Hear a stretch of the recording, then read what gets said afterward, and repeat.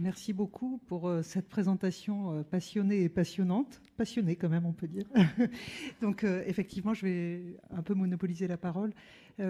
Pour les pédiatres, en fait, hein, qui sont votre pendant, spécialiste de l'enfant, spécialiste de la médecine générale. Donc en fait, il me revient effectivement l'idée de compléter ce propos, en tous les cas médical.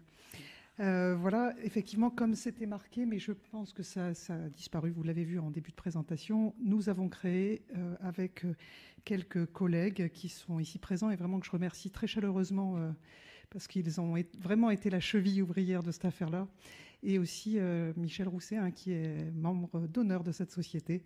Nous avons créé donc la Société française de pédiatrie médico-légale, qui est une société qui réunit, enfin qui a la particularité de réunir pédiatres et médecins légistes, et qui a été, je dirais, associée et affiliée à la Société française de pédiatrie. Donc merci Madame Chabrol de nous avoir accueillis, hein, notamment lors du congrès qui a eu lieu donc l'année dernière de la SFP, qui était à Lille, pour effectivement notre premier conseil scientifique, et cette année en fait à Marseille pour la séance inaugurale.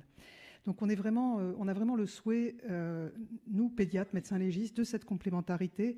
Pourquoi ? Effectivement, l'idée du pourquoi, c'est alors c'est assez curieux parce que j'ai minuté tout le monde et je ne me suis pas minuté moi.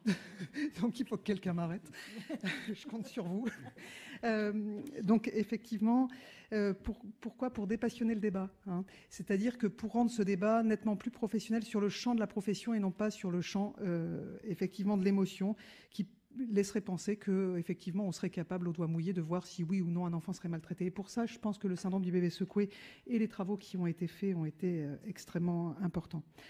Voilà. L'idée de cette association, c'est d'associer effectivement la clinique pédiatrique que les pédiatres connaissent bien, le développement de l'enfant, mais aussi la clinique de la violence, tous les arcanes de la justice que nos collègues légistes connaissent vraiment parfaitement bien. Et effectivement, d'imaginer aussi que nos préoccupations de pédiatrie médico-légale concernent l'enfant, je dirais de la prévention, de la PMI, jusqu'à la prise en charge, c'est-à-dire hospitalière, le dépistage, le diagnostic, le soin, puis ensuite l'expertise, la réquisition, l'expertise. Donc c'est vraiment quelque chose qui, pour nous, a grand intérêt, et on veut vraiment fédérer autour de ça pédiatres, médecins légistes, médecins généralistes, médecins de PMI qui sont intéressés par ce sujet. Voilà, on a vraiment envie que cette clinique de la violence faite aux enfants prenne un sens, alors c'est bien de le dire au ministère de la Santé, mais soit prise en charge comme une maladie au sens OMS de la maladie, c'est-à-dire avec des facteurs de risque, effectivement, et puis aussi tout ce qu'on connaît maintenant des séquelles à long terme qui sont quand même extrêmement présents.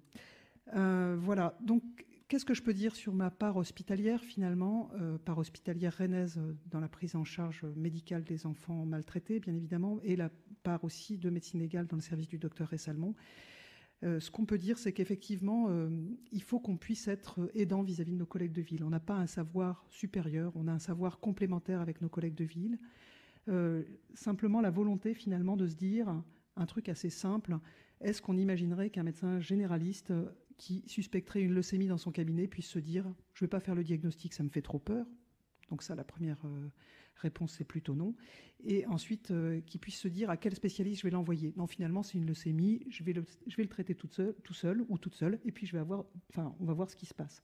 Et finalement, je pense que ça, c'est effectivement le sens de notre propos, le sens et la place aussi de la mesure 11 du plan de mobilisation et de lutte contre les violences faites aux enfants, avec la place des médecins référents hospitaliers, qui doivent être des médecins référents qui aient cette double culture. Moi, je pense que c'est vraiment essentiel, parce que finalement, pédiatres et médecins légistes ont dans leur outillage finalement des choses qui sont diverses, et ils doivent cultiver le savoir-faire commun, de savoir-faire une IP, un signalement, savoir répondre à une réquisition, à une expertise, avec les conséquences que ça peut avoir, et tisser aussi de leur place des relations de proximité avec leurs collègues en charge de la protection de l'enfance et leurs collègues du monde de la justice.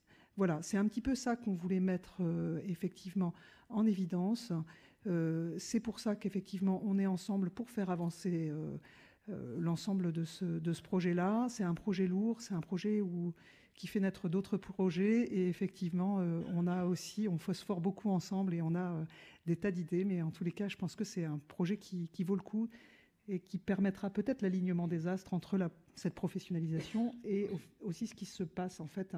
Je me tourne vers vous, Madame Créoff, autour des référentiels de protection de l'enfance pour faire aussi de notre propos et de notre pratique quelque chose qui ne serait pas de l'ordre de la science molle. Alors je me tourne vers mes collègues épidémiologistes, mais bien effectivement d'essayer de faire quelque chose de l'ordre de la science dure.